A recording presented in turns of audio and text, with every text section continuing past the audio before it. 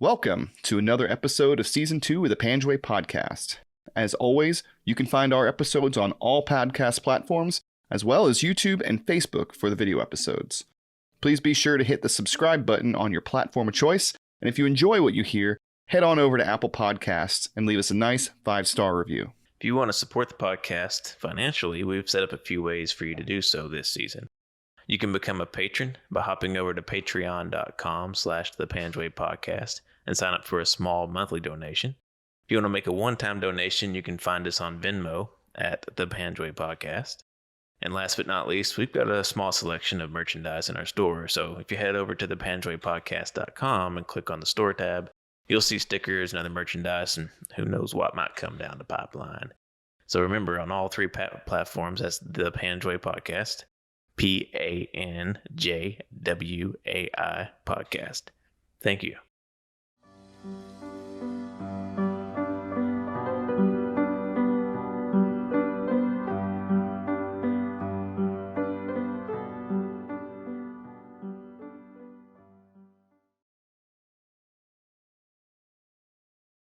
I mean, there's a reason that Outward Bound and Knowles and people climb Everest and stuff like that have, these similar connections. I think there is a direct connection in the severity of the situation and because the duration too.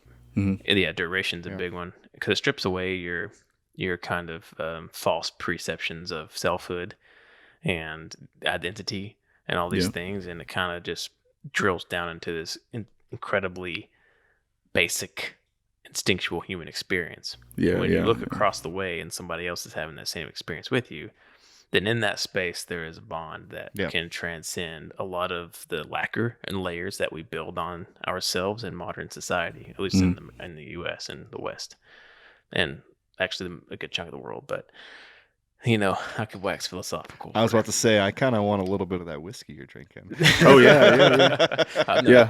It's strange it took 9 months for that to happen, but if you just took a handful of acid, you'd be at 17 hours as long as it takes. And the same thing would happen. I'm letting you know. I'm just saying. Your ego disappears. And that's where we'll begin. Yes, indeed. You can just edit that out, right? Oh, man. Well, we are sitting here with Doc Alex Berner. Alex was on our 2012 deployment, he was the Platoon Medic for 3rd Platoon. And we're really excited to have him on here. Alex is a good friend of mine. He showed me the ropes when I arrived in Korea a couple of years ago, and been a good friend. So, Alex, welcome to the Panjwai podcast. And as I'm sure you've seen in previous episodes, we always like to open these things by giving you an opportunity to introduce yourself, give us a brief background on your military history, why you joined the Army, why you chose to become a medic, and kind of how you ended up at COP Sperwan Ghar. And give us like the elevator speech. Sure, no problem. Well, I joined in January of 2005, and previous to this, I had a job as a mechanic that didn't really work out well. There was a rough stretch where I was a little bit homeless for a little bit, so when I joined up, they signed me up, and they sent me off to basic training as fast as possible, which was about 5 days. Wow. Jeez. MEPS. I was at MEPS, and they found out that I was red-green colorblind, and they gave me 2 choices for jobs. I could be an Apache flight coordinator, or I could be a medic. And which, ironically, it was just a star MOS. They were looking for people to join the surge, and those were the 2 MOSs they needed the most. Anyway, so I was red green colorblind. I chose to be a medic, and honestly, I was surprised I was smart enough. I just don't know how bad they screwed up. They sent me to basic in Fort Leonard Wood, AIT in Sam Houston. And after that was over with, I got shipped to Korea. It was my first duty station. After a year in Korea, my next duty station was Fort Stewart, Georgia. And I served with 164 for about 7-8 years. So you showed up to Fort Stewart in 2007? Roundabouts, yeah. Okay. That's one of the things that always stood out to me about 164 and like 2 IDs. Like, people stayed in the same for a long time. Company for years. For I've never seen that in any other unit ever. I can't really say that in my case. That was unique. I actually made the choice to stabilize there. Did you? Well, a lot of units don't even let people do that. A lot of like, hey man, you've been here for 4 years. tough Time tough to shit. go. Needs of the Army, you know. I mean, I spent my entire career in one platoon, 4.5 years in one platoon. I mean, That's it was kind pretty of tough. like Fort Stewart kind of had fuck that. That's not worth going down. So Well, I think it had to do with their op tempo. I mean, yeah, the brigades in 3rd ID were deploying to Iraq every 18 months, starting from April 2003 until 2010. Right. Yeah. You know, like it really wasn't in their interest to move people around. They're like, oh, well, you can PCS them, but then we have to bring somebody new in to learn how to drive a Bradley. Like, might as well keep them all here. Right. So I think it's unusual, and I think it was a mistake because I think it led to a lot of good soldiers becoming shitty NCOs because they never learned anything else. They never got out of their comfort zone. They never learned anything new. So they just stayed. And like, hey, you're a war hero. You've been on like 3 deployments. Like you've done all this stuff. So we're going to leave you alone. And they never developed professionally. My opinion. One staff sergeant beep. there's a lot of staff sergeant beeps. Well, my leadership abilities were definitely stifled by my position and the length of time that I was in the medic platoon at Fort Stewart. But I like to think that I brought a sense of continuity with it. And, for sure. Right. And that's important for the young guys coming in, man. They need some continuity with some enlisted guys too. I think that's helpful. Well, especially with a deployment frequency like that, you have to have some continuity, or you end up with what happened with us in 2012, where you had an entire company of people with like 3 people with combat experience. Yeah. Or people who don't know each other very well, you know. Right. Yeah, and that too. Yeah. So, but you actually have the unique distinction of having a previous deployment to Iraq. You might be the first person we've interviewed who actually has. I would say I take that back. You have 2 deployments to Iraq. Your first deployment when shit was actually real, versus the OIF 7. Yeah, I would say it was winding down my first deployment. I deployed in, I think it was like early 2008. I think I got back in like 2010 or something. It was 15 months. Was our first deployment. A second deployment, OIF 7, was 12 months. And the third was obviously Panjwai. 7, I was on, as you know, and as we've talked about in a decent detail on this podcast. Basically, nothing happened. But you were down in Baghdad. No, you were in Mosul for 7. But just take a couple minutes and talk about that first Iraq deployment, because unlike the OIF 7, it was actually a little bit heated. Something was going on. Yeah. So I was stationed in several places with several different units while I was in OIF 5. Originally, I was with the Scouts as a scout medic, and then we did basic cover down missions for all the units that needed some extra help or something like that. We did QRF, a lot of high value target snatches in the middle of the night. And then once Staff Sergeant Hubble got blown up, I ended up taking his position as I was like a PFC at the time, and I took over a senior medic position with the actual Bravo Company. Yeah. In Jamia in a bombed out hospital. And I did that for a couple of months. Afterwards, they sent me to Alpha Company to cover down on another medic that ended up having to leave. And so I was in this place called Auto Mall. It was like a 3-story shopping mall. And if you want to hear like ever be in a creepy spot, like sleep in a bombed out shopping mall that has just completely empty, and then walk down into the basement and see just empty, what do you call them? Like the glass cabinets and stuff like that. It's just so creepy. Yeah. It's so creepy. It's just weird. And you're just like, I'm in the Middle East. I'm 3,000 miles away from home, and I'm in a mall, and it's like, I've seen that movie. It's a zombie apocalypse movie. Yeah, it's just so creepy. And like, you like wake up in this like in a side of a store in the 3rd story building. You take a pee inside of a Gatorade bottle and then shove it out of like a window filled with sandbags. It's just surreal. That is, and that's actually one of the things that I think the people who had a lot of experience in Iraq versus Afghanistan is they were so strikingly different. I mean, I remember the few times, like maybe twice, that we actually went into someone's home and during OIF 7. Yeah. It was like they had televisions. They'd have like a sink. Oh, yeah. Oh, nice place. It's like marble. It's like marble, there's some places that were like, it was like a mansion.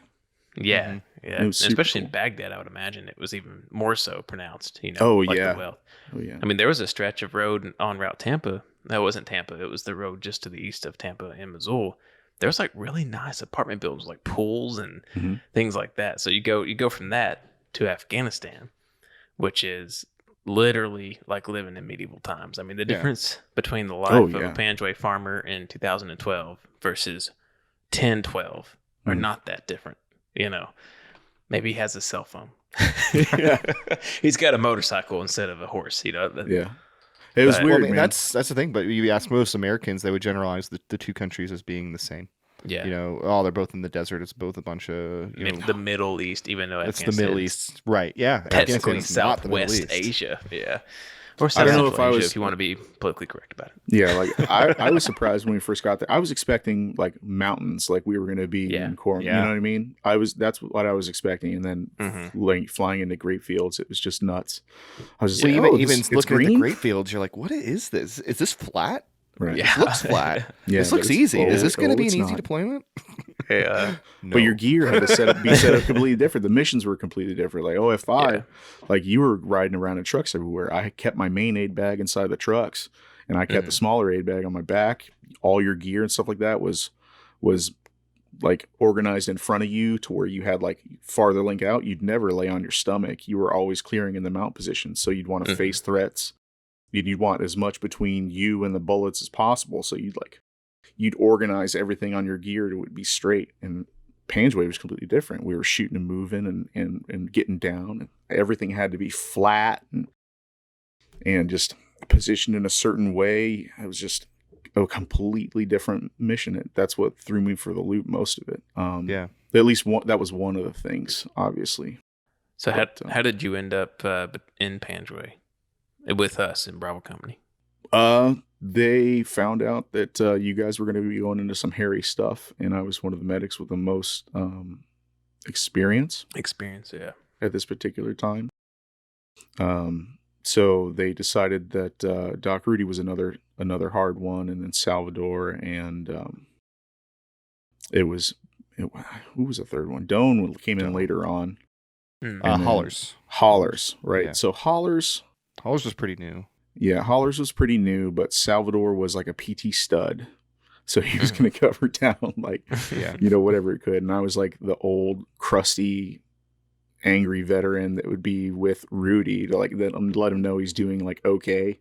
Mhm. Things are going well, And then like Rudy's like this like darkly sarcastic, just this cynical person that Yeah. laughs at anything, terrible. And it was like we made a perfect pair. It was like this weird little concentrated. We had extremely it's like- competent medics. Like not We to blow you up or anything, but Yeah. like I've worked with a lot of different units and a lot of and medics. They can be hit or miss. They can have like a hospital mindset, or they can have a combat mindset. Mhm. Like all of ours were Yeah. like if you took their aid bag away from them and gave them a machine gun, they were straight killers. Mhm. Like Yeah. they had the mindset. They were part of the team. They were never a liability ever. We were never worried about our medics holding us back. A lot of Company-wide, combat too. units have not had that kind of And co- and experience. Company-wide too, man. That was another thing. Like it's not Top like to bottom. just first platoon had good medics. Like we were very fortunate in that regard. Now, I mean, how much of that was by design, and how much of that was just chance? well, like we said, we heard that you guys were going into some really hairy stuff, so we wanted to organize the best possible team to get the job done. As a medic, your job is to preserve the fighting force. So why not do the absolute best you possibly can with training? We tried organizing our gear the best possible way that we could. Like spray painting things, working out new ways of transporting patients with gear that we had on hand that we might, in situations that we might run into. Individualized training. There was a lot of times prior to the deployment where we just disappeared out of the company and out of the headquarters, and the image is that the medics are just going to go do whatever. Yeah, we went out of the AO and we actually did training in small individualized situations. What was that command relationship like? I mean, obviously, you belonged to third, and Dave belonged to first, and all that kind of stuff. they were organic to the platoons, but also you guys kind of had your own. You were also like the medic platoon, and you guys worked and trained together. So how did that kind of work with you belonging to a line company, but also ensuring that you had accountability to your guys and that you guys were staying up to date on training and stuff like that? Most of it was organized through the senior medic. So you basically have two chains of command, right? Yeah. Your first chain of command is with the medics. Okay. So you want to keep them abreast of the situation, but they give you a lot of latitude because they know that you're trying to balance the two. Right. So, honestly, if we had any problems, we just go straight to Rudy, and he's our link back to the main flagpole where headquarters platoon is. Versus, like, we could also talk to the commander, Captain Kitching, directly. Right. You know, and it wouldn't be an issue or something like that. And he gave us a wide latitude of autonomy too. We just had to show that we were competent, which wasn't really a problem at that particular point. We didn't have a way to really prove ourselves up until then. Everybody was fairly new. All of us at this point, we've melded into platoons at our own pace for a long while now. Everybody knew what was going to go on, like how we were going to do team building.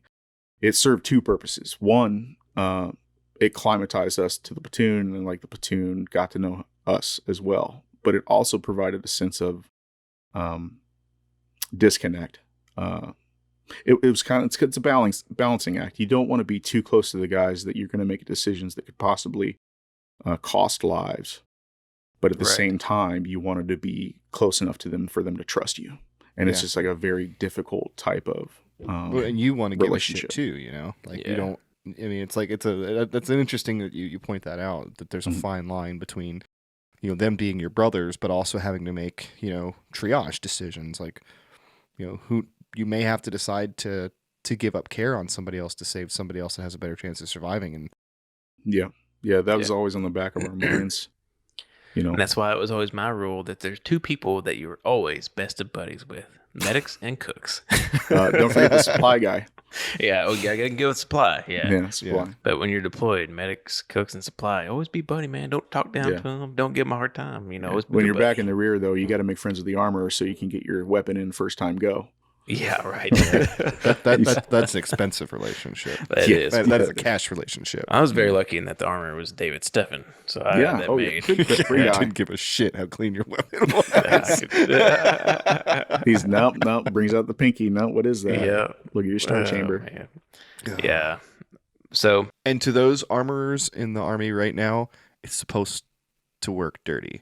If the star chamber's dirty, that's how it's supposed to work. So stop fucking your guys. And if they bring it up and it's clean enough to cycle and function, it's clean enough to go on the shelf.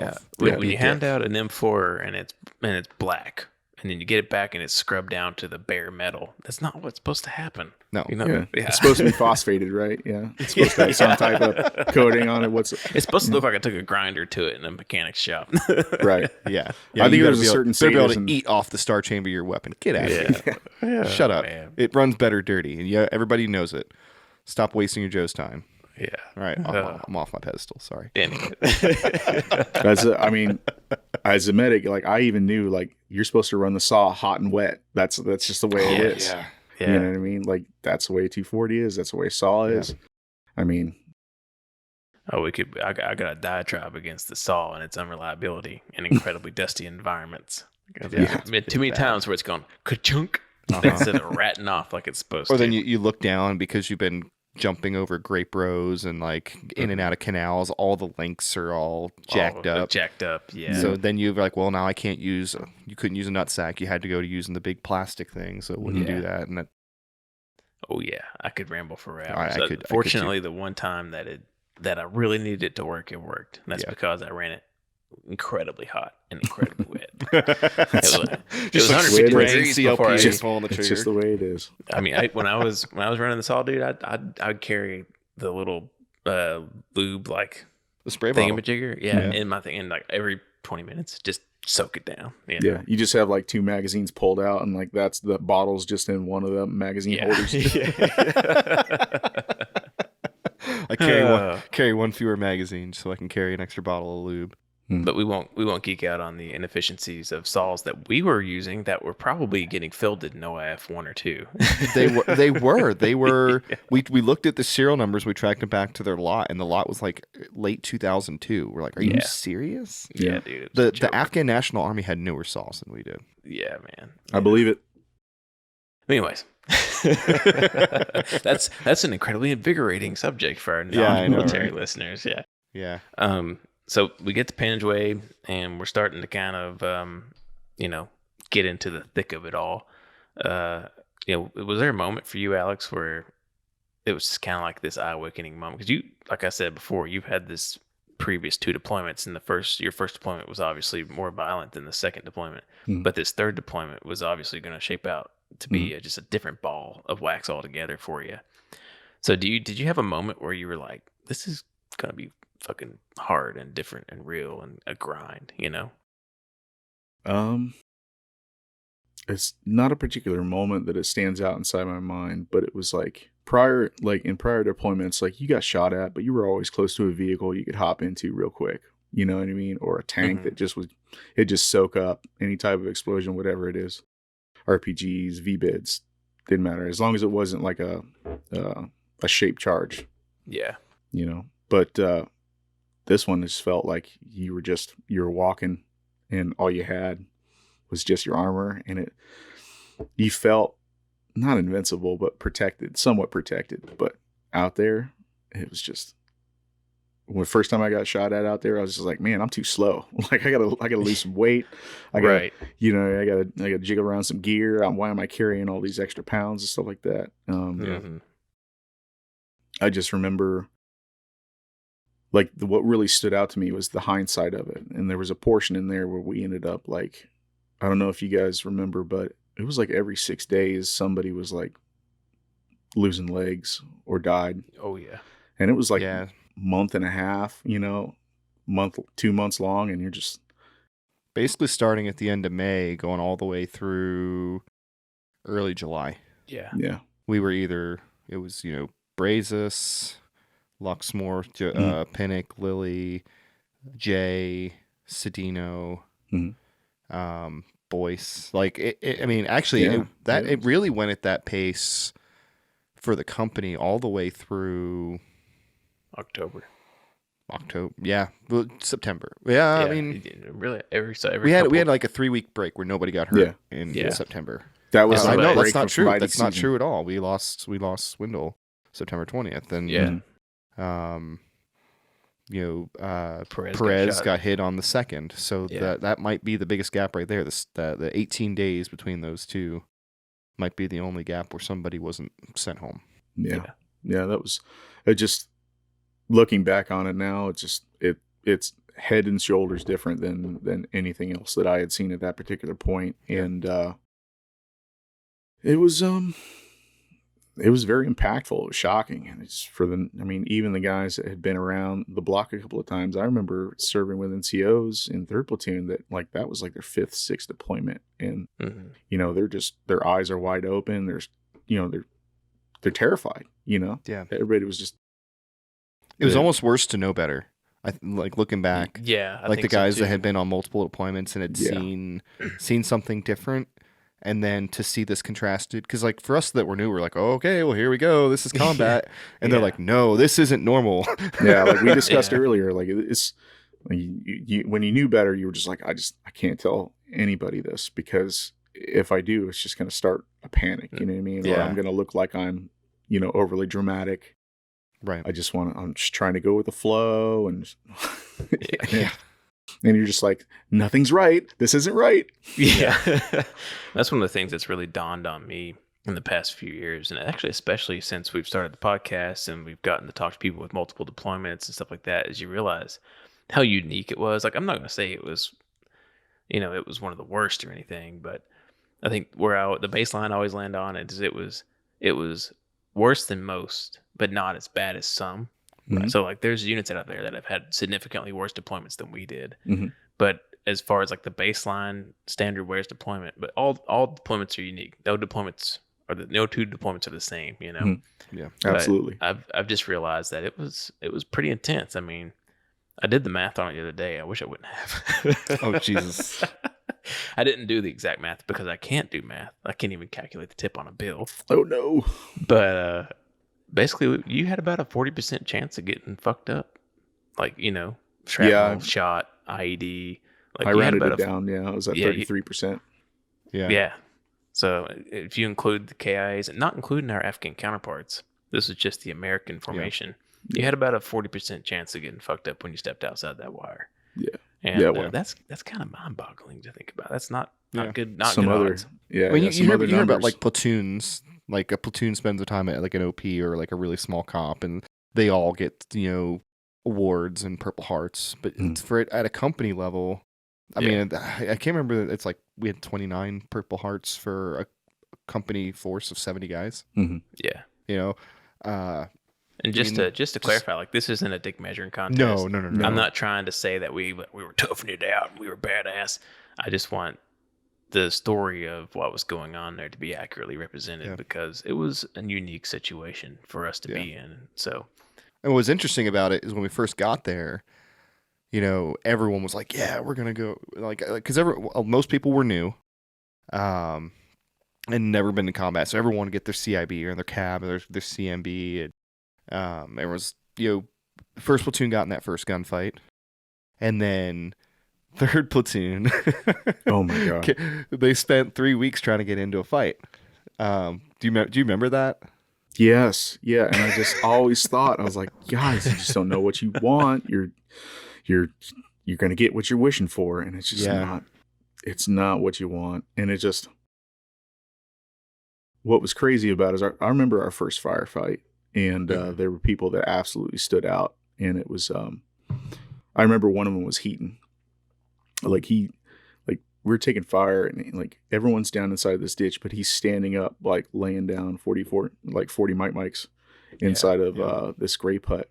And then I see him spin like he's been hit. And I thought, okay, here it is, here we go.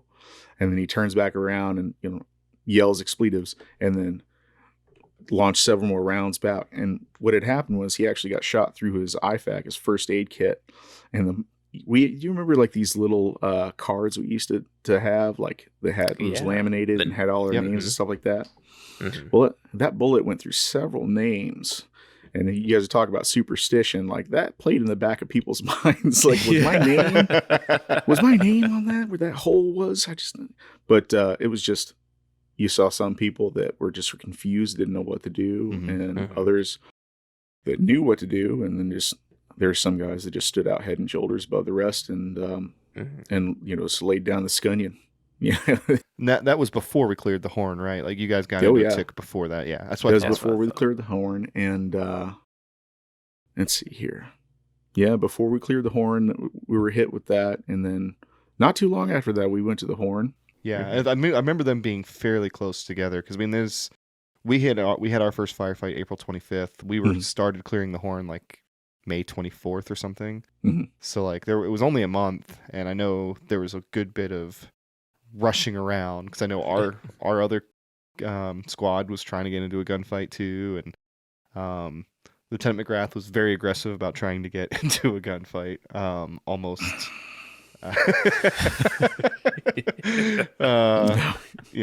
We can edit things out, but I would say he was pushing irresponsibly. Well, he got his when he got shot. So. Yeah, he got his. Yeah, he got. But that's a comment we've heard from a couple people. Brian Kitchings mentioned it. Nintz mentioned he's like, careful what you ask for. And I like the way that Nintz put. He's like, careful what you ask for, because when it happens, you have no control over what happens next. Right. Yeah. And you don't control when it ends. Yeah. It was an issue with the medics too. I mean, you'd have guys that were they had no experience whatsoever, and then they were competent and intelligent and able to do the job, but they would also there was a thought in the back of their mind like, I got to start building my tower of power. I need my CMB. Right. Yeah. And that's just not like to me. Like when I was deployed, that's just one of those things you just don't wish for, because it's the one award somebody else has to be hurt. Yeah, for you to do it, and it's just, I don't know. It seemed disrespectful to me, but It was just. But, I mean, I think that's just a product of the Army culture. Army. You know, Yeah. badge Especially chasing, a deploying and, army. Yeah. Yeah, I Yeah. mean, because I mean, it's not. I don't think that people wanted like their buddies to get hurt or killed so they get a CMB, but they also didn't want to be the only medic without one. Mhm. Yeah. You know, so it's like it's just kind of a weird dynamic. I mean, even with a CIB, I mean, no one has to die to get a CIB, but so people's lives have to be in danger. Yeah. Mhm. It's like Definitely. desiring to get shot at means you're kind of wishing that somebody else Or you. is put in or you is in danger. Mhm. And it's when you break it down like this, like you're wishing for your life to be in danger so that you can have a Test your metal and your metal and have something on thump your chest. yeah, Right. exactly. And Literally have a pat little your piece chest. of tin. Yeah. Right. Well, Um, like I said, sometimes it's just a rite of passage for young men that have to Yeah. they have to go against something that's bigger than themselves, 100%. and it's one of those things of growing up. I think that a unifying choice for people who join combat arms or become a combat medic or whatever, you know, they want to do that. They want to go to war. They want to have, especially those who join during the time of war. Yeah. You know, and that's actually something that's kind of unique to our military experience and the timing that we all joined. We knew we were going to war Mhm. when we enlisted. Yeah. And it wasn't a draftee army. So you towed the fucking line and you volunteered to do it because that was something that you wanted to have in your experience. If you didn't, then you should have been a different MOS, you Yeah. know? And like this, I mean, people will join it because they want to pay for college or whatever. That's totally cool. Like, you know, that's fine. But those who want to be a combat medic, want to be, you know, 19 Delta or want to be a 13 Foxtrot or 11 Bravo, they do it fully knowing, well, probably not fully understanding, but they fully know. At least the more intelligent and capable ones fully know. There's definitely a percentage of that population that was tricked into it by the recruiter. Hey man, if you like Call of Duty, man, this is just like Call of Duty in real life. Man, just like playing Call of Duty, bro. But yeah, they do it. They join knowing that they want to go to that experience. And what really blows me away is you're talking about heating, just laying down scunyon, you know, is when I talk to people who weren't there, people who don't understand what was going on, when it comes to guys like that, like some dudes just have it and some dudes don't. Yep. And it's not a reflection of their character. Like there's really good guys, stand-up guys that just didn't quite have it, you know? And then there's guys who do have it that are total pieces of garbage, you know? I mean, like somebody I wouldn't trust with my dog, much less, you know, anything else. Yeah, that was But the weirdest thing. Heaton, you're not a human piece of garbage. No, That wasn't where we were going with the conversation. No, Heaton's okay. Heaton's a good dude. Yeah. But you're right. I mean, there are people I wouldn't trust with the keys to a car that I already sold. Yeah. that I would They were trust with my awesome life in combat. Yeah.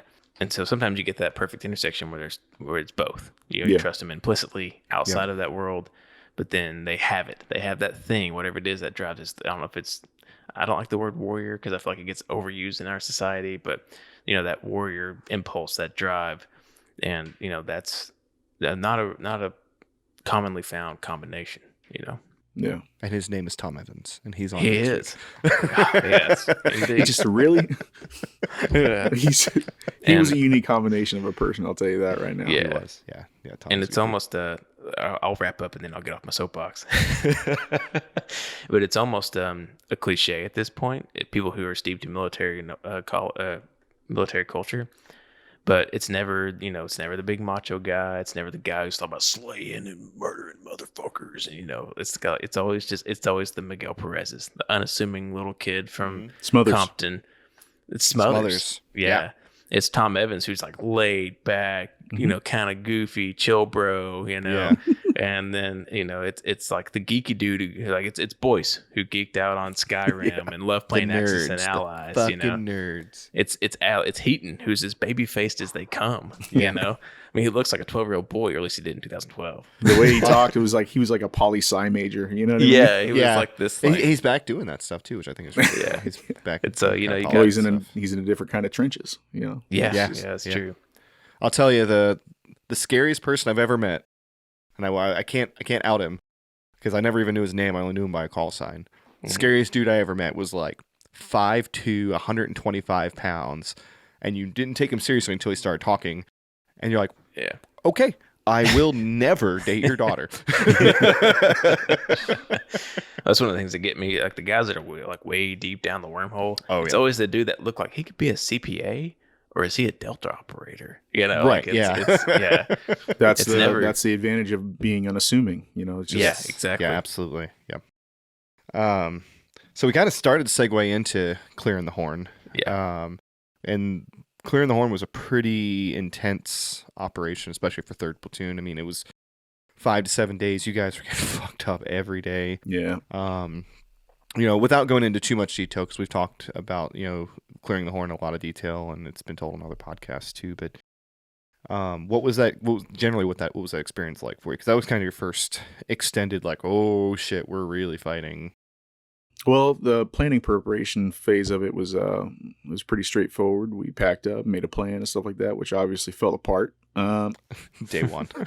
Day one. Yeah, the best laid plans. Yep. So first day, when did we get? Was that the first day when we got a firefight in front of that compound? We just like demolished. Maybe, I don't know. I was living the good life in the trucks. So I remember the first day we ended up getting a firefight from a compound to the east. If I can't remember, east, west, I can't remember the cardinal direction, but they ended up calling in mortars and they sent in, like, you see the first Willie Pete, which is a marking round. And that's day 2. Yeah. Oh, was it day 2? Okay. Mm-hmm. Yeah. First day was just like, we were Stomping walking. around. Yeah. And everything seemed to be going pretty smooth, right? And it was day 2. It was for breakfast. Yeah. It was like 8:00 in the morning. Yeah. Yeah. I remember. Yeah. First day was pretty smooth. Second day we had the compound. And we lit that up. I remember walking through it, and there's these shot up and burning cows, and it smelled like barbecue, and I was so hungry. It just brought me back to home in Kansas City, and I was like, oh, man, we just got canceled by PETA. Sorry, folks. Yeah. But there's and then we bedded down the second day. We ended up we got fired on. We were sitting in this hallway. We just bedded down for the night in this hallway, and some guy just ran out and shot a whole magazine of 7.62 down this hallway, and everyone has their gear off, and miraculously no one was hit. And it was just this kind of crazy untouchable moment that we all felt. And then they tried to shoot off one law, didn't fire, second law, didn't fire, and classic. Yeah, it's just it's munitions from Vietnam, so Yeah. But anyway, so the EOD has to blow it up. This is the beginning of the third day. And while they're trying to blow up these laws, they end up finding another IED that we missed that we almost drove over. So at this particular point, nobody is hurt at all. We've gotten through a couple of firefights. I've almost had mortars called in on me. Yeah. But it's all been these lucky, miraculous close calls and nothing has happened. And I'm thinking, maybe we're going to get out of this, unscathed. It's going to be, it's going to be okay. And then I ended up getting shifted over to closer to some of the 1st Platoon elements down near the riverbed. And Doc Rudy and Captain Kitching went with the rest of 3rd up towards the middle. And then they ended up getting into a firefight that was pretty hairy. If I remember correctly, it lasted about 3 hours. Yeah, it's a long day, man.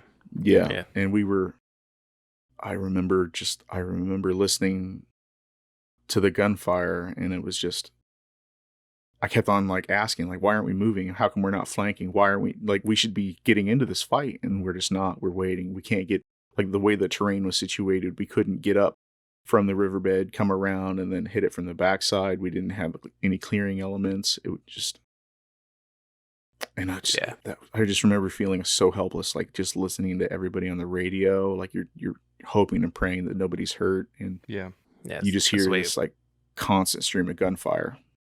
That's the way it was for us as 1st Platoon, because we spent the entire operation being down there to the south, and not that far, 200 meters. Yeah, and, we talked a lot about how those 200 meters can make a world of difference in your experience. Yeah, and it was just I'm so close. Can we please just try? Yeah, you know what I mean? Yeah. But then the IED just keeps you from doing that. Keeps you from being able to make those maneuvering. Yeah, those maneuvers and stuff. Yeah.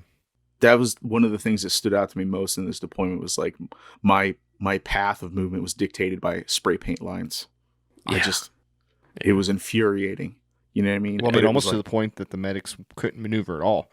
No. Because I'm not going to send a medic up to grab that guy who just got his leg blown off. I'm going to grab him and I'm going to bring him back.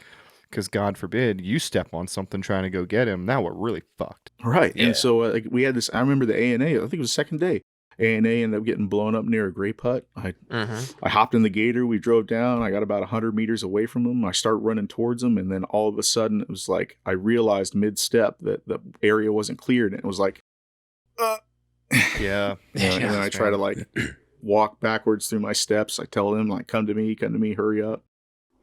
They finally It's weird because when we talk about like the IED in that way, I feel like a lot of people in their mind, like they think of a minefield. Like they go back to like Vietnam or something where there's a marked minefield and you've suddenly realized you're in the middle of a minefield. It's like, no, the whole place, nothing is marked. Well, I mean, it's kind of marked, but like there's not like an area where they're like, hey, if you walk through here, there's mines everywhere. It's just like they're all over. There's no discrimination. There's no, And about 2 months in, you knew all the rules. It was like, don't go near shade. Don't go near trees. Stay away from the walls. Anything that's going to make your life easier, don't do it. Don't stay off the roads. Step in somebody else's footsteps. Step in a tire track. You know what I mean? Yeah. It was just... no intersections, no bridges, anything that would make your life Don't go through easier. a gap in the wall. Make your own hole. I mean, God, how many walls did we tear down in the district of Panjwai? How much C4 did they go through, blowing all the holes in it? Yeah. I was so jealous of them. I was like, please, can I just please set one up? And Yeah. of course, because you guys use C4 a lot to blow holes in walls. yeah. We use the Hoolie tool. The Hoolie tool. Yeah, we just shoulders. I remember like the whole patrols. I come back, my entire route shoulder was just dominated. It was because brutal. for some reason these walls would be resistant to explosions. You could put C4 on a wall, it wouldn't move, but you could literally just walk over to it and just push it over. push it over. It defies logic. A Hellfire missile is stopped by this thing. You can just push it over. It gave me a whole new respect for dirt. Right? Yeah. And human and animal feces, but same shit, different days. That's the glue that holds it all together. Yeah. Literally. Yeah. Oh man. Yeah, I mean the horn was a weird experience for everybody. For everybody. Yeah. I was down in the riverbed just doing resupply.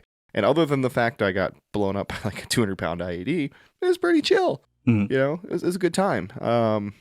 But then right up on the bank, there's Luke and the rest of First Platoon, and they're not getting in any gunfights, but they're fucking miserable. There's no shade. They're just walking across open desert and hearing gunfights. And then the next step up is Captain Kitching's element, and they're just getting fucked up every day. And then I know it's just it's interesting. The further up you went from the river, the worse it got. I mean, Josh Wetzel and Alpha Company 123, they hit an IED. They had guys get hurt. Like, just it was a very bold and kind of foolish operation. It was terrifying.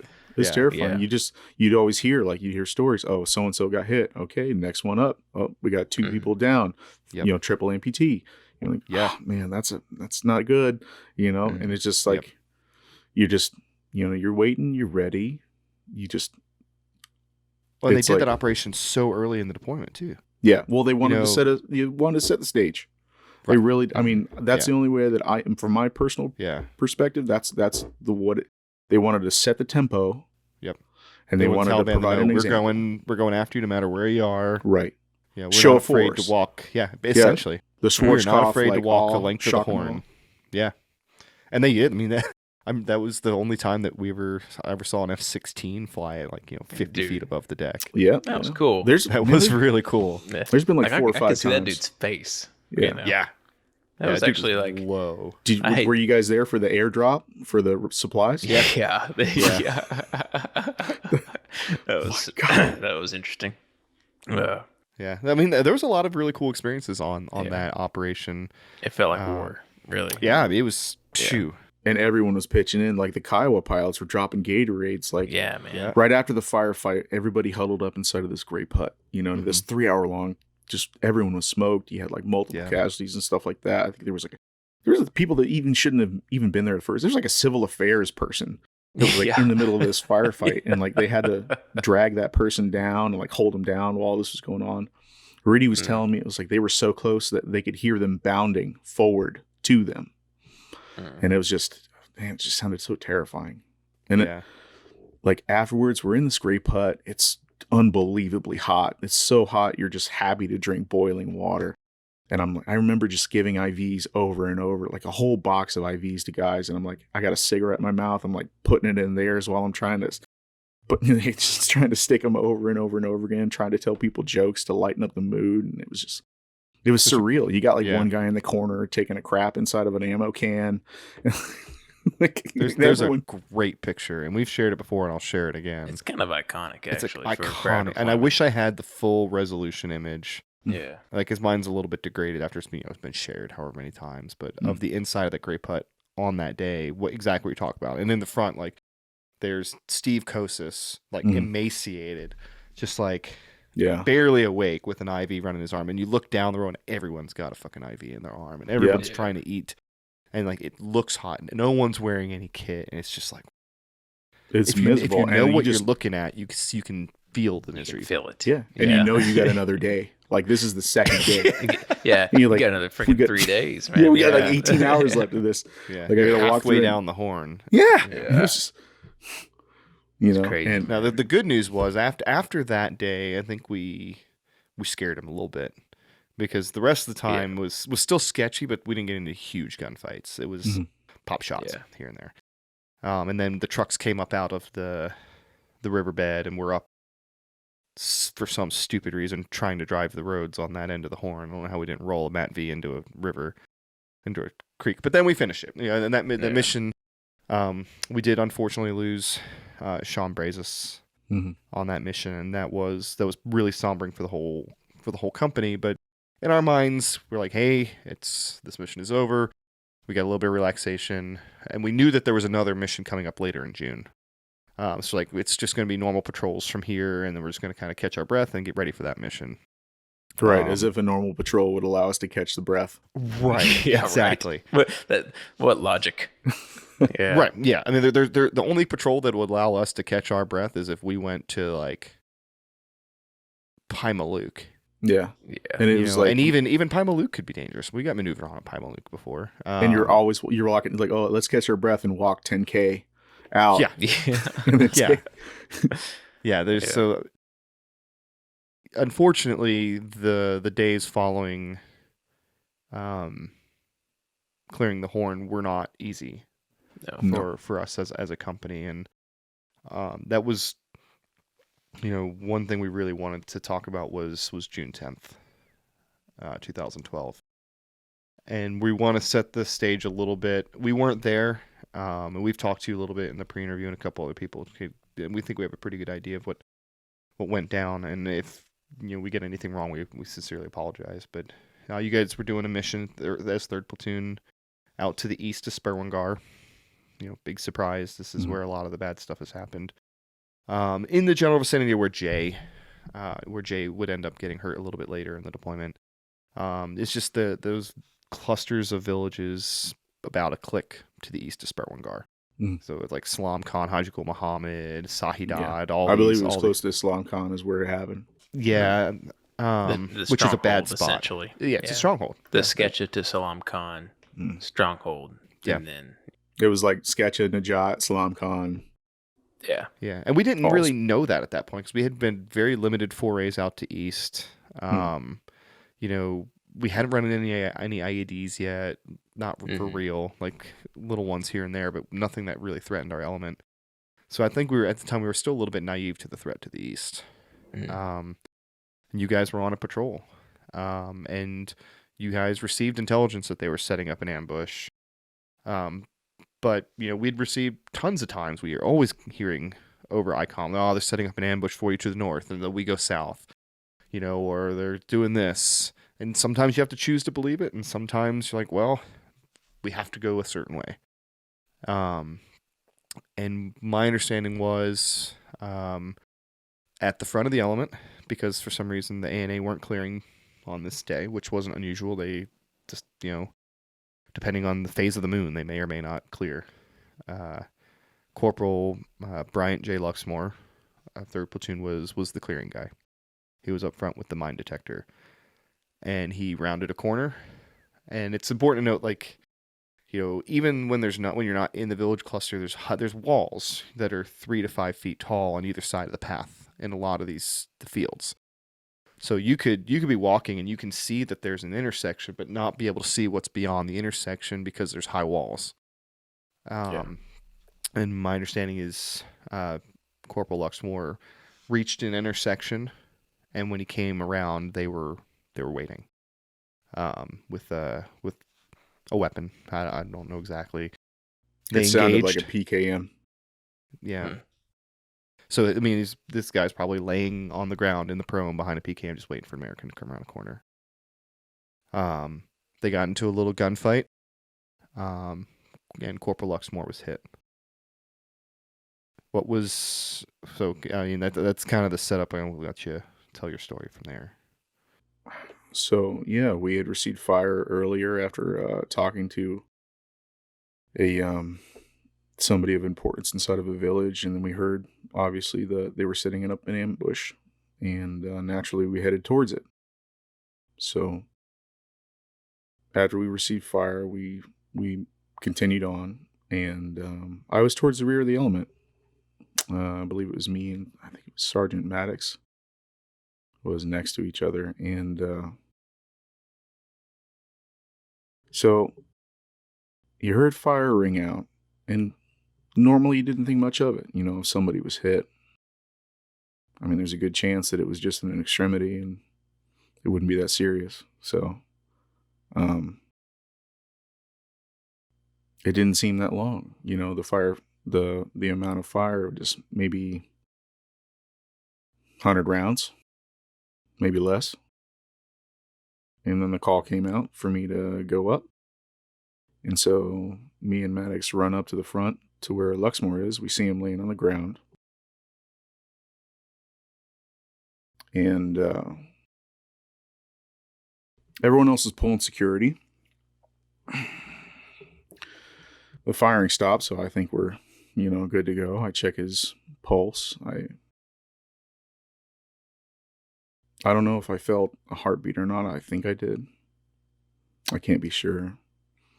He's not breathing. And I see his eyes, the muscles relax inside of his irises. And I call to the LT and I tell him, get the 9 line up. I was like, no pulse, no breathing. And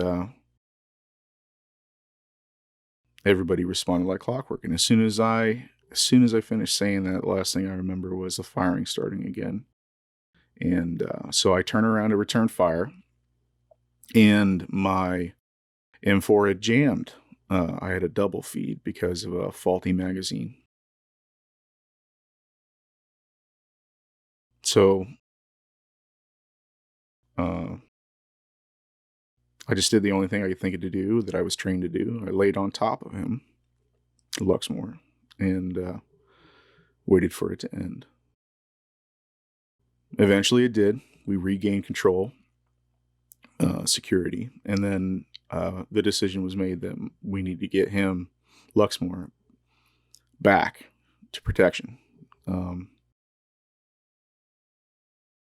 So we pulled up a sked. That's this little plastic sled with a couple of straps across the top. And we hastily threw him onto it, threw one strap up underneath his arms, and then we start dragging him as fast as we can back. And he's sliding sideways off into the side of the road, the little trail that we were on, into the riverbank. And I jump in immediately, and I'm like trying to push him by the hips, while Sergeant Campbell's pulling the Skedco and like trying to grab him at his shoulders, and we're trying to get him back on there. But it's dead weight.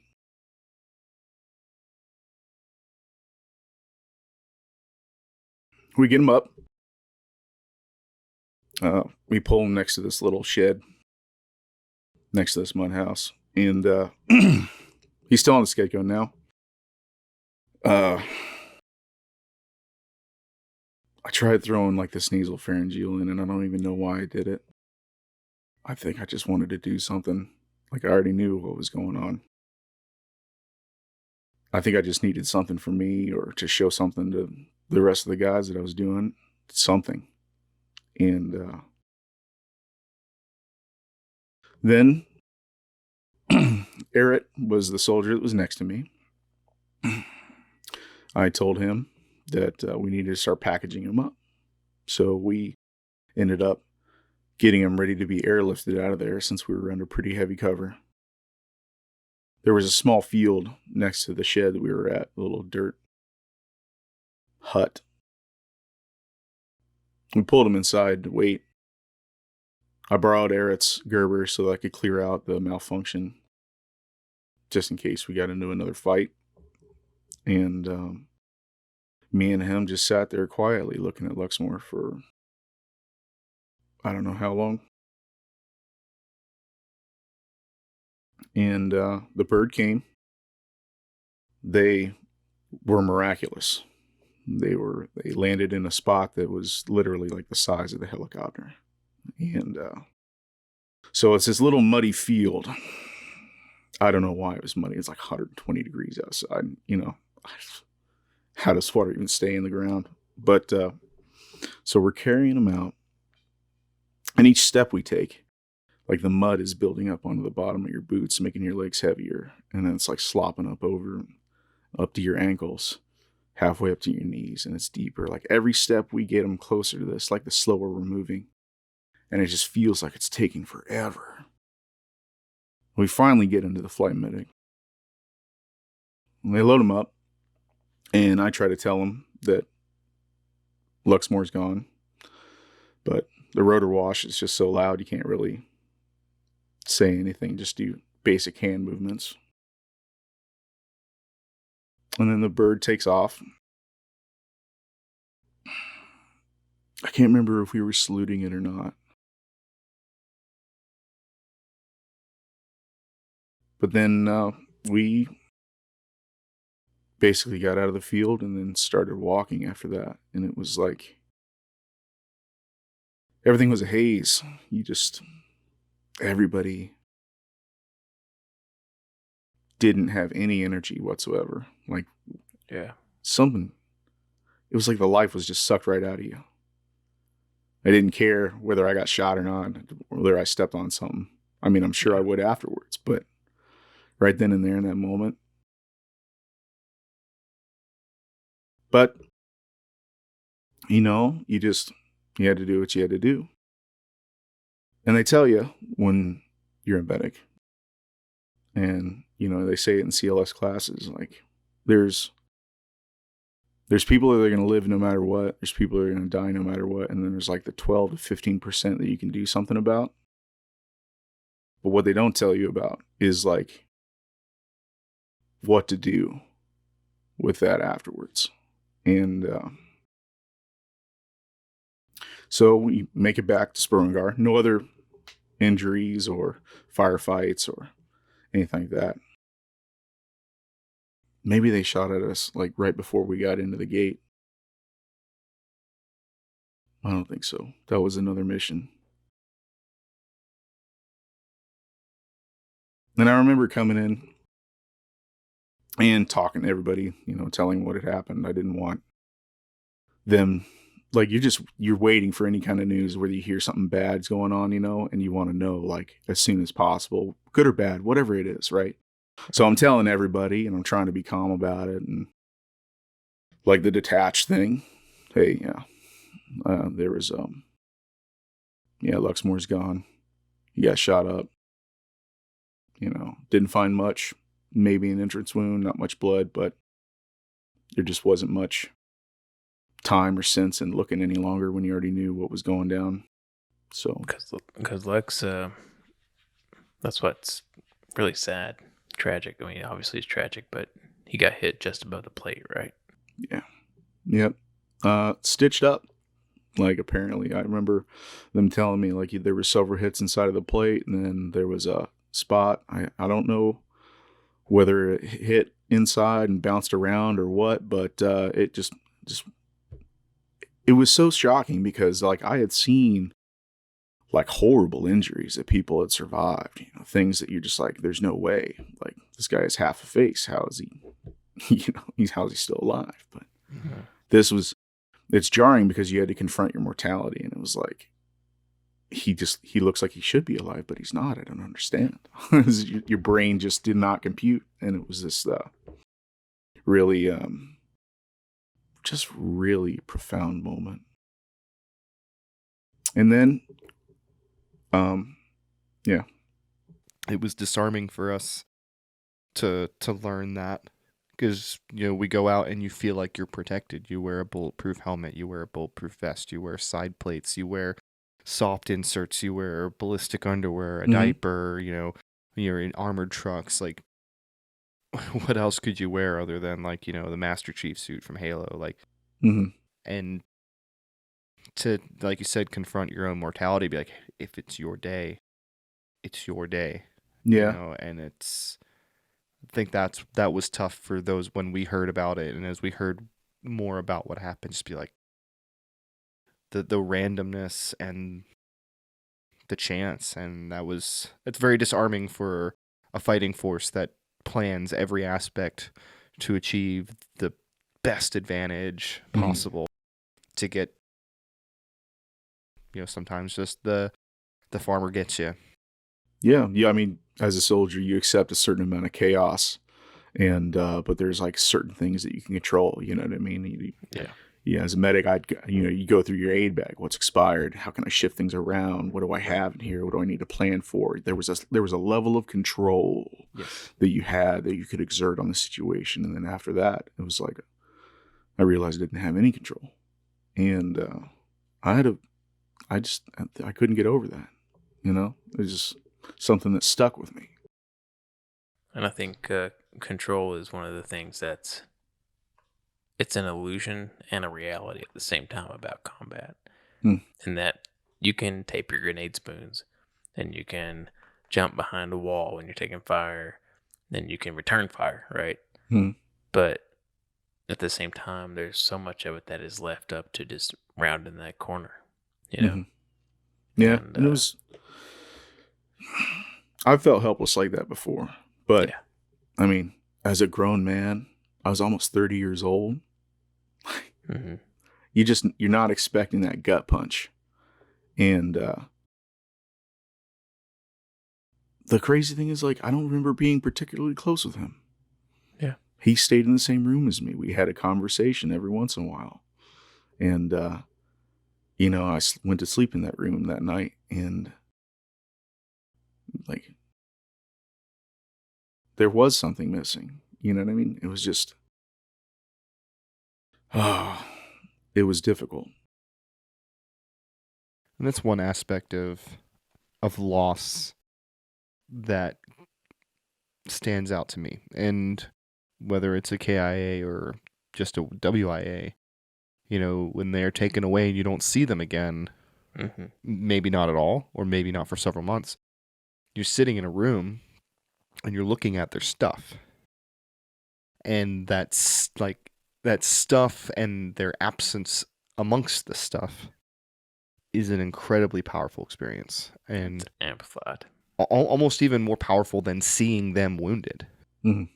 It's more powerful to be out of that environment. There's no adrenaline, and you're just sitting and staring at an empty bunk. Which, depending on mission tempo and timelines, like, it could be sitting there for a couple days. And that's just, it's not toxic, and it's not like, I don't know how to describe it. It's just really impactful. As gravitas. It's just seeing the remnants of life. Yeah. Afterwards, we did a hot wash inside the aid station. Like, we call it a critical stress debriefing.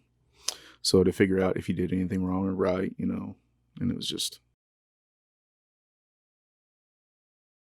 hearing people tell you that you did everything you could is good. All right. Hmm. But sometimes it just doesn't help.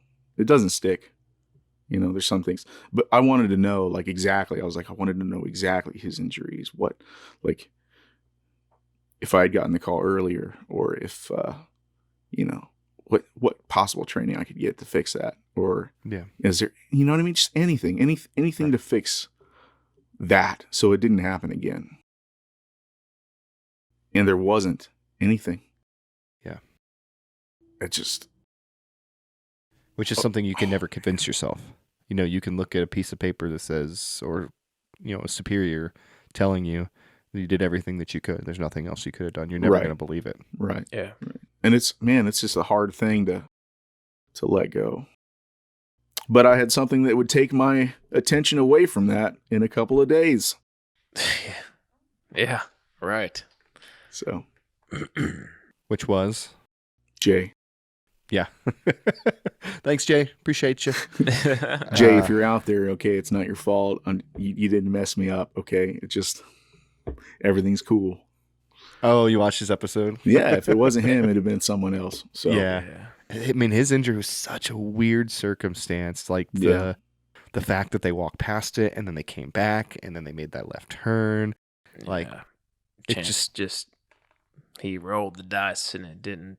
Yeah. It didn't play in his favor, man. No, I mean, it just where it was located. Like somebody was going to step on it. If he had stepped over it, Maddox behind him would have stepped on it. Or Kitching would have stepped on it. Like it was in such a spot. Somebody making a right hand turn is going to step on that thing. Yeah. It was like Todd's IED. Yeah. Todd stepped on that thing. If he hadn't stepped on it, I might have. You know, A&A definitely would have.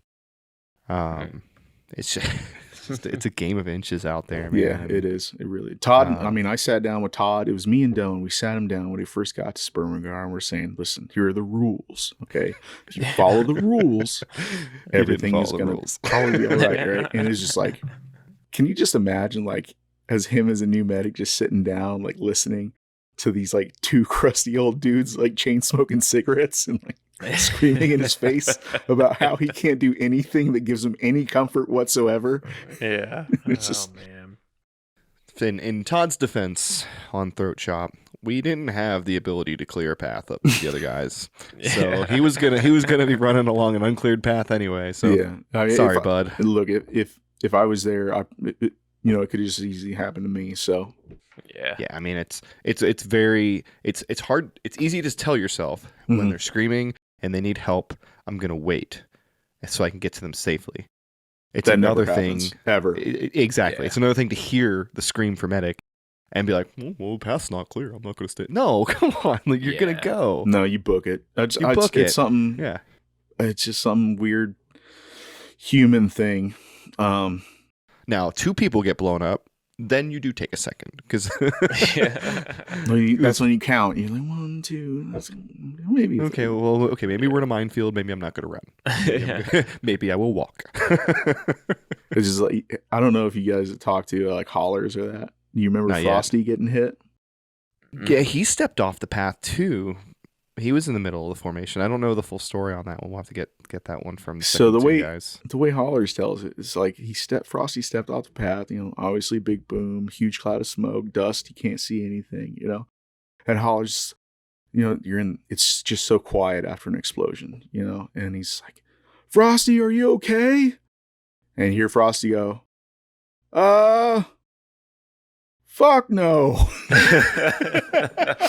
Because he just tell he looked down like his leg or something. Look at his leg. Yeah. Oh, and it's just like there was like this weird dynamic of like this absolute horror mixed with like this surreal humor. Yeah, absolutely. Yeah. Since you mentioned the silence after one of those explosions, it's like it's like a vacuum, man. Yeah, and you're just waiting for it to be filled with gunfire. Yeah. You're like, this is the time. This is when they're going to take us. Yep. Yeah. Well, it was interesting because Smothers was giving himself a hard time. He's like, I waited so long. I was like, bro, I promise you, maybe it was 2 a seconds. Second. It was 2 seconds. Maybe. You don't realize how fast you move. Exactly. And that silence after an explosion, like in my mind, I agree, it was forever.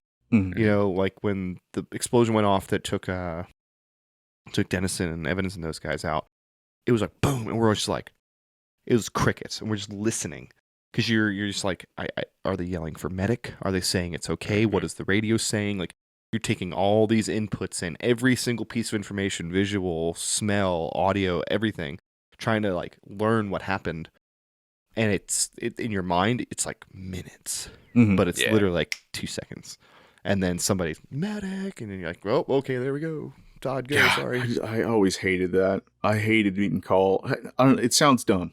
It sounds really dumb, but there'd always be an explosion. It just happened in OF5 the first time I started noticing it. Like, when explosion would happen, you hear medic, and like the first word that comes out of your mouth is like shit or fuck. You know what I mean? You're just And then after that, it was like, okay, all right. The work is starting. Move to this point.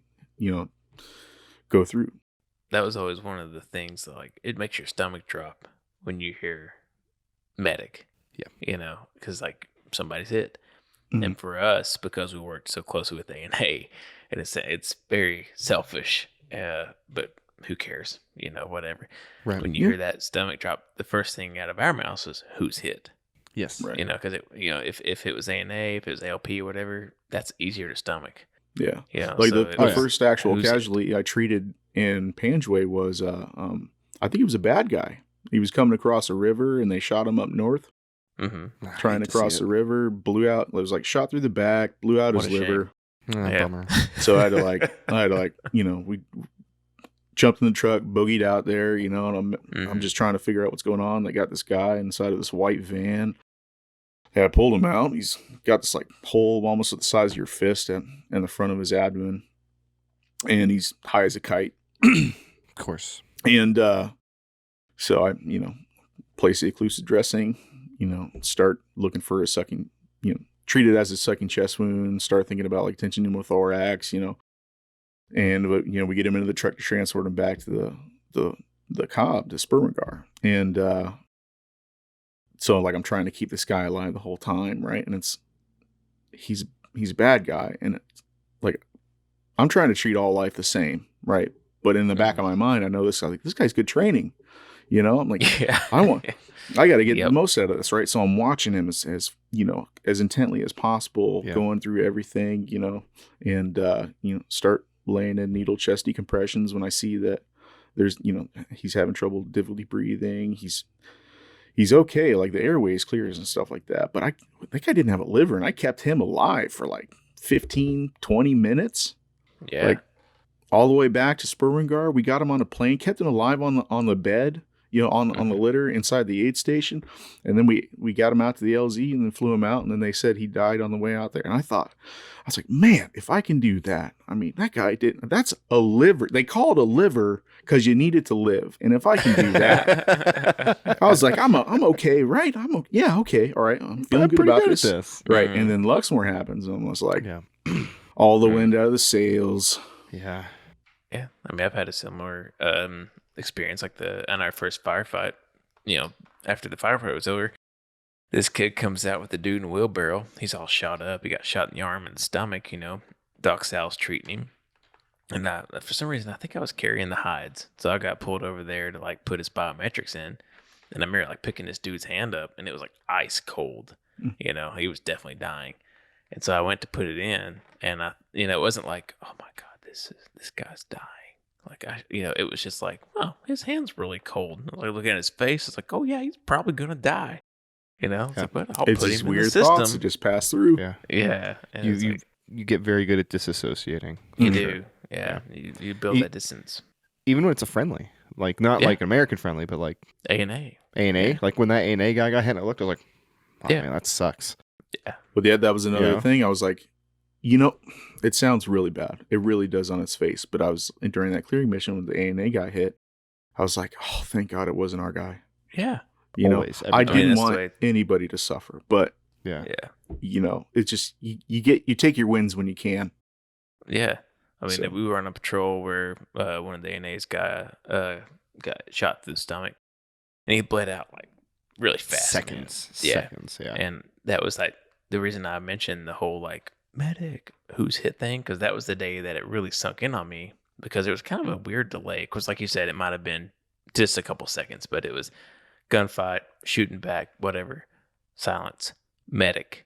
And we were all like, who's hit? Who's hit? Oh, A&A. And you almost everyone feel just goes, oh. oh yeah. You almost feel relief. You know, Yeah. it's so fucked up, but it's tragic, but it also speaks to the complexities of the harsh reality of warfare. And also our disassociation with the A&A in general. Yeah, and just a lot of American units at other portions of the war were a lot more intertwined with the A&A. Yeah. And they knew them by name, or they would interact with them, like the police mentor teams. Way back in Panjwai, we'd have 2 Americans embedded in an A&A Kandak. Like they knew everybody. Yeah. All the SF teams, that Those assaulted talented Sperwan dudes. Ghar, they were friends with the A&A. Like if that had happened to them, they would have taken, like, because they knew them and they knew their stories.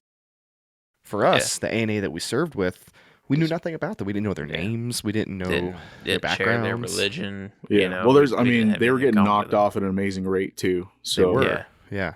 And that's just something I've come to, I've matured into a deeper appreciation of, is like the sacrifice those poor bastards had to make. Yeah. They didn't get a relief. I mean, I know they rotated out and stuff like that, but they didn't get a break. They lived there.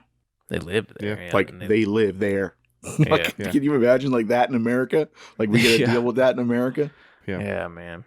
I mean, their sense of vacation was going home to northern Home to Afghanistan, a different province in to a Afghanistan. different province where there's Yeah, different, where a may different not enemy. be as many Taliban. It's just a Yeah, local warlord this time instead of the Right. Taliban. Yeah. I remember feeling so bad for the guys that worked on the cob. They're just like, they're cooking our meals, and helping us out with laundry and stuff like that. But like once we leave, these guys are just they're Dead. toast. Yeah, they're all dead. Dead. Like Prindle told me a couple months when we got back and they started closing down Sperwan Ghar, the cooks that we had, they were all dead. Because he kept in contact with him. He had him like on Facebook or something crazy like that. And basically they got gone. Yeah. But And if the show isn't really about being overly critical of the government or anything like that, but our failure to protect people like that, especially interpreters, like the interpreters are the that's fact a that sad thing. the fact that you can be an interpreter and you don't automatically get a visa is bullshit. Yeah, you had to do it for Absolute 3 fucking years. bullshit. Yeah, they had. I think it was 3 years. I want to say it was 3. 3 years before they could apply. Yeah, before they could even apply for it. It wasn't even guaranteed. Yeah. The way I see it, if you're an interpreter, you do whatever You the do deployment. duration is. You do deployment. You go home with the unit that you deployed with. Yeah. And you never go back outside the wire again. Yeah. Because there's literally a freaking target on your face. Yeah. There And your shouldn't be like, family's oh, well, face. thanks for your service. Go ahead and hang out in Kabul for a couple of years while we process your visa application. Fuck off. Oh, I was gonna say, just like we had the same problem in OF5 and OF7. Like nothing that never really sat right with me. Like we were really tight with Peshmerga guys. Like, oh yeah, Peshmerga was great. yeah, and we had Terps like in OF5. The guys were like, they were Americanized. Like they were like, man, I hate Iraq. I hate Iraqis. Like, why I want to go to America. Oh, dude, the hatred between the Kurds and the Arabs in Iraq was just like palatable. It was this, and all of our Terps in Mosul in 7 were Kurds. Yeah. Yeah. Anyways, but was that the same for you guys in 5? Yeah, same. Well, we had a couple of guys that were local nationals, but I mean, we had cool. There was one guy, Slick. We trusted him so much we gave him an AK. Yeah. We're just like, here, all the rest of them, they got like binoculars and a flashlight, maybe a rape whistle. Yeah. Dude, I mean, I remember sitting in the back of the truck with a guy named Kurt. His name was Robbie, and he looked like a older version of who was the dude that played Mario in the Super Mario Brothers film? Is John Leguizamo? No, the other guy, Bob something. No idea. Anyways, he Small looked like bridge an older guy. version of him. He had this amazing mustache. And he would like show me videos of his family gatherings on his phone and stuff like that. It was a real connection, which we have with our Terps in Afghanistan, to be fair. But that same connection we have with Peshmerga and stuff like that in Iraq, and it just was not there with the ANA. Yeah. Well, and I know why the State Department goes through that process. That they're like, well, we're concerned about bringing in terrorists or Taliban insiders or whatever. And my opinion is, who cares? He could have stuck him in Guantanamo Bay and they would have been better off. Yeah. Yeah. If you think he's a terrorist, take him to a black site. I don't care. Don't send him back to Kabul. I guarantee you they would be happy. They'd be like, hey, 2 years at a black site. I don't get to talk to family. Nothing. Oh, that's fine. I'd totally do that. I get to go to America after, though, right? Yeah. America? Yeah. Okay. America, but like, very nice, I mean, number what's one guy going to do? You know, if he's a Taliban spy, then okay, now he's in America. The thing is, Taliban doesn't care about America. Yeah. They're not trying to bomb America. Oh man. I don't know. We're kind of getting down a weird rabbit hole here. Maybe it is a weird rabbit hole, but you know, I think it's been a policy weakness of the United States the entire time. Is that we've asked these people, specifically interpreters, to be faces of their people with us out on patrol, and we completely abandon them. Like, the cooks and all that stuff, that's tragic too, but they're at the base. You know, there's things that they can do to try to protect themselves. And I think there should be a visa program for them as well. Don't get me wrong, but for the interpreters that are going out on patrol with us and their faces being shown, like we didn't even give them awards. Like, they're out there standing up for their own country, and we don't give them any awards when they do something. How ridiculous is that? Like, we give them a certificate of appreciation. Well, thanks for the piece of paper, guy. I'm gonna wipe. You know. I'll tell you what, though, they like those pieces of paper that we give them, those certificates, they actually mean a lot to them. This isn't defending that, but you know, we've been contacted by a few people that have worked at Sperwan Ghar and stuff. I have a and certificate of appreciation. Yeah, and they send us a picture of their certificate of appreciation from the Canadians or from us, and it's like, I don't know, it's kind of cool. Do you guys ever? But I also think it's them just like, please help me out. Like, I'm legit. Look at what I'm doing. That's usually like, why they're doing it. Yeah. Did you guys ever have like a humanitarian aid moment where you're just like, this is why I'm here. I'm glad we're doing, like, help somebody, a local national or something like that stood out inside your mind? Sadly, no. I never felt that we were helping the people at all. That was like my other deployments. There was, you know, moments like that galore. I remember there was a little 4-year-old girl that had boiling water poured all over her legs and stuff like that. Wouldn't be able to walk, and I'm treating her.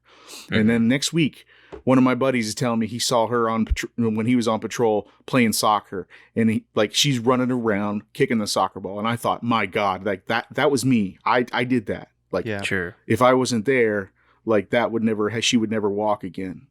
And I was like, I felt good about being there, but I never had that moment with Afghanistan. I never had that. I mean, honestly, for me, dude, the only time I never had like a moment on deployment where I was like, we're doing the good work here. Like, we're making these people's lives better, you know? The only thing I ever thought was like way long-term stuff is the girls. I always felt really, really bad for the girls, because to be born into Panjwai, Afghanistan as a female, it's not a good life. Like, you're basically doomed to a life of indentured servitude. Actually, no, I take that back. You're doomed to a life of slavery. And they were like beautiful girls, man. You know, and they're such. It always broke my heart, because they're just the kids in general. They're destined to a life of slavery, and when they're 13, 14, when they can start having kids, they're going to be married off to a dude who's 45 or 50, and they're going to start cranking out babies. Yeah, you know, they're going to have 8 kids. What about in Zangabad, where you had the Chai boy? You remember him? They're all over. Yeah, LP had one. That's JLP checkpoint. They had a Chai boy. Who was that commander up there? I can't remember his name. Xanadine, right? There was a point where he was trying to make a bargain with, was it McGrath or Captain Kitching, to where he was trying to, because Sergeant Campbell was this big black guy, right? And he's like, I want him as a soldier, just one night, 1 week. You know what I mean? He was like trying to bargain with him. He's like, I give you 3 men for him, you know what I mean? Just because he wanted to like stay the night with him or something like that. And, like, didn't he try to buy Kobos too? Yeah, he did. Yeah, he tried to get Kobos. Yeah, it's not funny, but it's not funny, but it's funny. I think there's one thing that we should explicate a little bit about that culture is that, you know, so we talk about Chai boys, which we haven't really gone into detail about before. I probably shouldn't. Sorry, because it's disgusting. But it is disgusting. But it's a fact. It needs to be told. Yeah, it's a fact of life. Which is that I would even be hesitant to say Pashtun culture at large. Maybe it was just a thing that was regional to that area of Afghanistan. Yeah. or to Panjwai. I couldn't. I'm not speak sure how to it. widespread, but But definitely in the Panjwai, South. It was yeah, definitely prevalent in the South. it was common practice for older men to basically keep, for lack of a better word, young boys of ages 10 to 14, 15 for their own sexual practices. And it was essentially a cycle of molestation and rape. And it was an incredibly tragic part of being there because we had to work alongside these local police and things like that who would have these boys who were subjected to their predilections. And this is not a condemnation of homosexuality or anything like that. Like it was not any of that. It was not consensual. It was a non-consensual redirectment of sexual power onto a non-consenting young man or child. And and it was born out of the weird belief that women are for procreation, and other than that, you do not have sexual encounters with them. So they directed that sexual energy towards children, and it's a tragedy of that area. It really is. Yeah, and it's like they abide so hard to a religion that tells them you may not sleep with a woman if she's ever slept with another man. She cannot be a virgin. She has to be a virgin when you marry her. All this kind of stuff, and they lock in on that, like this role of women in their culture, and they don't waver. But there's somehow moral flexibility in how they treat a young boy. Because I know the Quran doesn't say it's cool to sleep with little boys. Yeah, it's not in there. It's not in there at all. It's a sectarian belief, essentially. Radical groups they interpret religious texts however they want to. Mm-hmm. So they take. I mean, Christians do the same damn thing. They do, yeah, absolutely. Every religion does. The only difference between Taliban and guys from Eastern Kentucky is that they're a little bit richer in Eastern Kentucky. And we're canceled. I'm not being provincial. I'm not being provincial or degrading. I'm just being realistic, Yeah. So if you had a choice because I'm from there and I can't say it. Yeah. If you had a choice between moonshine whiskey and black tar heroin, what would it be? Yeah. Right. Ooh. Well, I've never tried black tar heroin, so I couldn't tell you. I think whiskey's a safe bet. Yeah, I think whiskey's a safe. I mean, moonshine whiskey's a safe bet, but I don't think you're gonna enjoy whiskey as much as you would enjoy heroin. Yeah. Anyways, man. Sorry, we've pulled the attention away from our guest. Apologies. Yeah. Please. Alex, the way we kind of always close these things out is we give you an opportunity to talk about whatever we haven't really covered. Any topic that's really important to you, anything you want to say to somebody, and it doesn't have to be quick. If you have, a long story that you want to talk about, or you want to talk about something specific, this is kind of your chance to dictate the direction of the conversation and close out the episode. Well, in that case, I think it's what's most forefront is that to Luxmore's wife, to his mother, to his children. If I could do anything to bring him back, I would. So, that's it. Man. Thanks, man. Yeah, we really appreciate you taking the time. We know that was a tough story for you to tell, and we appreciate that you took the time to tell it. I think it's going to mean a lot to a lot of people to hear it. So thank you. Absolutely, man. We really thanks for appreciate giving me the on. opportunity. Yeah, No, it wasn't an opportunity; it was a privilege. Yeah, absolutely. We appreciate you. Absolutely. It was good talking with you guys. Either way. Yeah, man. Thanks for listening to this episode of the Panjwai Podcast. If you liked what you heard, head on over to Apple Podcasts and leave us a 5-star review.